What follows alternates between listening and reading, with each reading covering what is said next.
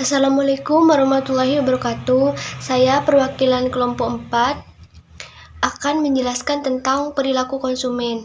Dan teman-teman saya yaitu Khairunisa, Umar Suki, dan Lana Asi akan menjelaskan tentang perilaku konsumen juga. Nah, yang pertama yaitu pengertian perilaku konsumen. Perilaku konsumen adalah perilaku yang ditunjukkan konsumen dalam memilih dan memutuskan beberapa alternatif produk, barang, atau jasa untuk selanjutnya dibeli dan dimiliki. Nah, perilaku konsumen meliputi keputusan konsumen mengenai apa yang dibeli, jadi membeli atau tidak, kapan membeli, di mana membeli, dan bagaimana cara membeli, cara mendapatkan barang, dan cara membayarnya, cash atau kredit. Konsumen di sini dibagi menjadi dua, yaitu konsumen individu dan konsumen organisasi. Nah, konsumen individu ialah membeli produk, barang, atau jasa untuk digunakan sendiri. Nah, sedangkan konsumen organisasi meliputi bisnis, yayasan, lembaga sosial, kantor pemerintah, dan lembaga lainnya, di mana mereka harus membeli produk, barang, atau jasa untuk menjalankan seluruh kegiatan organisasinya.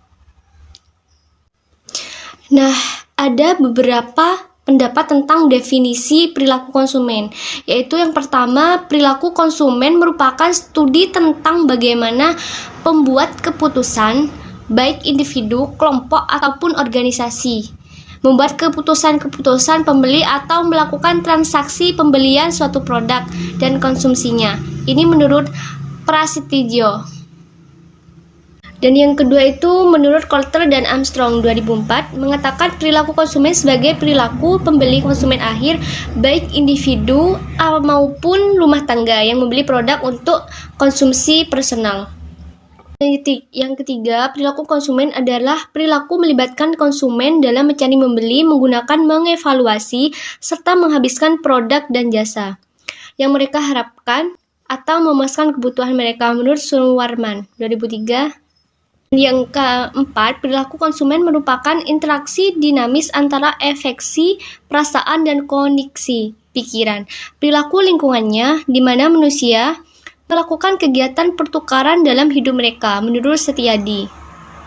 Nah, dan kelima, perilaku konsumen adalah tindakan individu yang secara langsung terlibat dalam usaha memperoleh menggunakan barang-barang jasa ekonomis termasuk proses pengambilannya, keputusan yang mendahului dan menentukan tindakan tersebut, menurut Makunegara 2002. Jadi dapat disimpulkan bahwa perilaku konsumen adalah proses pengambilan keputusan dan aktivitas dalam mengevaluasi, memperoleh barang dan jasa, serta segala kegiatan, tindakan, proses psikologis yang mendorong tindakan tersebut sebelum membeli sesuatu produk atau jasa. Memahami perilaku konsumen dan pelanggan tidak sederhana. Pelanggan mungkin saja menyatakan kebutuhan dan keinginan mereka, tetapi mereka malah bertindak yang lebih dan dalam dan hal biasa saja. Seperti itu. Terima kasih. Assalamualaikum warahmatullahi wabarakatuh. Perkenalkan, nama saya Khairunisa. Di sini saya akan melanjutkan presentasi dari Mbak Romlan. Yang kedua yaitu pentingnya perilaku konsumen.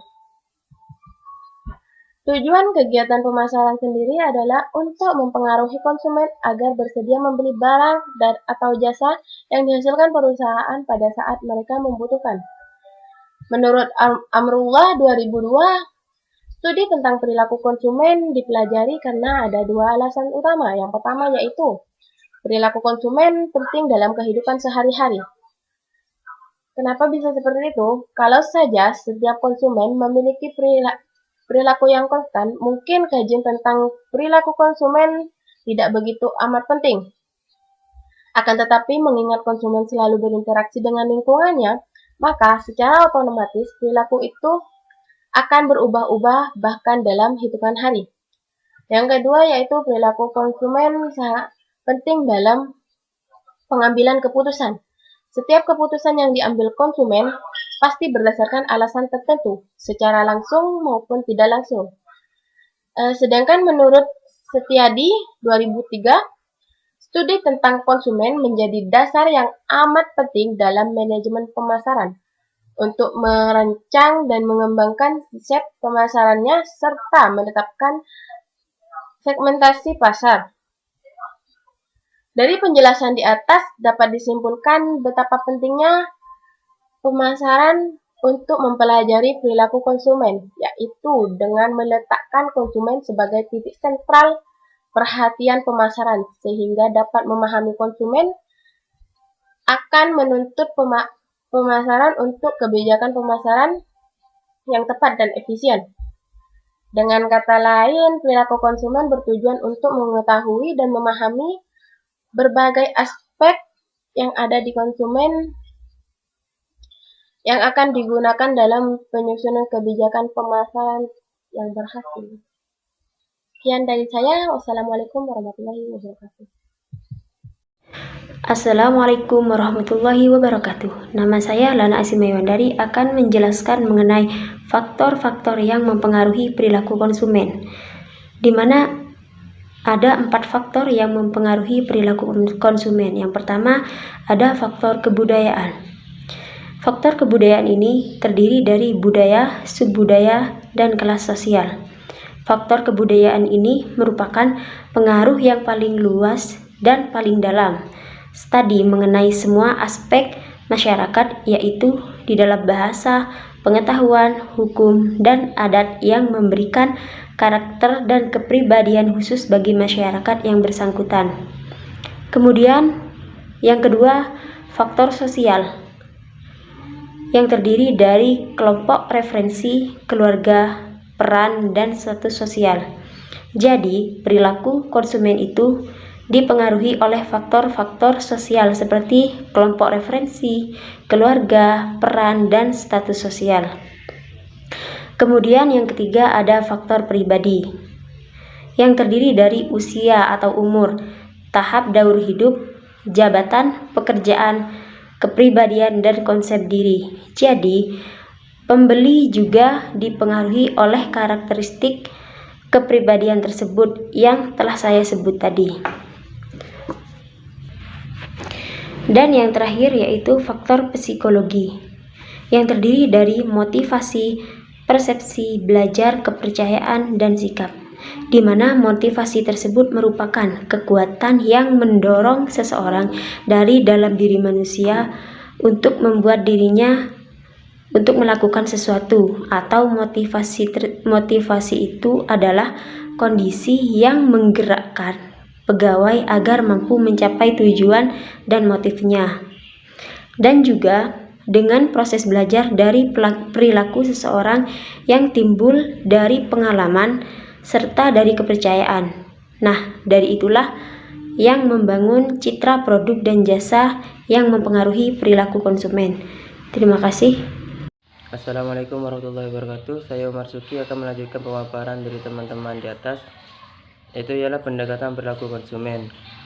Yang pertama ialah pendekatan nilai guna anteliti kardinal, pendekatan nilai guna ordinal, dan pendekatan nilai guna anteliti kardinal. Pendekatan nilai guna ordinal itu pendekatan atau sering juga disebut dengan analisis kurva intervensi, yaitu manfaat yang diperoleh masyarakat dari mengkonsumsikan barang-barang tidak kuantitatif atau tidak dapat diukur.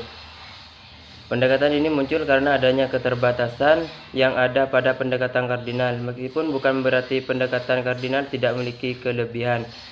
Kelemahan pendekatan ordinal, kepuasan konsumen dari mengkonsumsi barang dapat diukur dengan satuan kepuasan. Pada pernyataan pengukuran semacam ini sulit untuk dilakukan. Berikutnya adalah persamaan kardinal dan ordinal. Persamaannya yaitu sama-sama menjelaskan tindakan konsumen dalam mengkonsumsi barang-barang yang berharga, dengan mendapatkan konsumen yang tertentu pula agar konsumen mencapai tujuannya. Perbedaan kardinal dan ordinal, nilai guna anteliti kardinal menganggap bahwa besarnya anteliti dapat dinyatakan dalam bilangan angka, sedangkan analisis ordinal besarnya anteliti dapat dinyatakan dalam bilangan angka.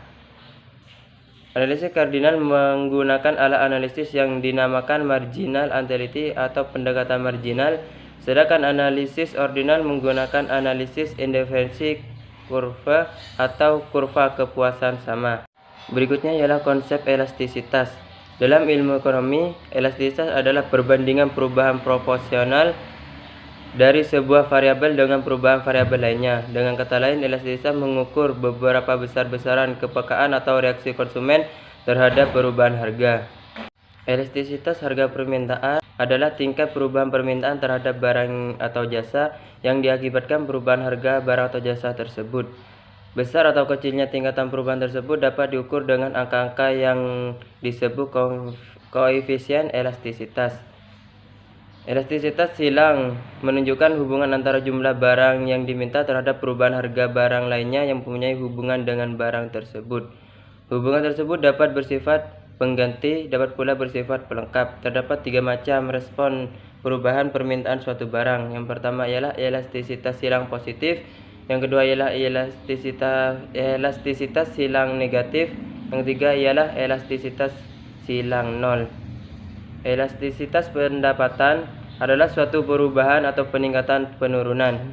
Terdapat pendapatan konsumen yang akan mempengaruhi terhadap permintaan berbagai barang besarnya pengaruh perubahan tersebut diukur dengan apa yang disebut elastisitas pendapatan. Oke, selanjutnya yaitu cara mengetahui perilaku konsumen. Dalam perkuliahan berburu peluang usaha, terdapat beberapa cara mudah untuk mengidentifikasi perilaku konsumen. Pengenalan ini dapat dilakukan sebelum atau sesudah proses pembelian oleh konsumen. Di sini terdapat 4 cara untuk mempermudah mengenali perilaku konsumen. Yang pertama yaitu membaca buku. Membaca buku seringkali dilakukan untuk memperluas wawasan atau pengetahuan spesifik mengenai suatu hal. Usahakan Anda menjadi perpustakaan berjalan, yaitu seorang yang mengetahui segala hal dan segala informasi terkait passion Anda. Selanjutnya yang kedua adalah menjelajahi internet. Internet akan semakin mempermudah seseorang untuk mendapatkan informasi. Semakin berkembangnya kemajuan teknologi juga akan semakin mempermudah seseorang untuk mendapatkan pengetahuan. Selanjutnya yaitu interaksi langsung ke konsumen. Tidak ada salahnya bertanya langsung kepada konsumen yang lain ketika melakukan proses pembelian.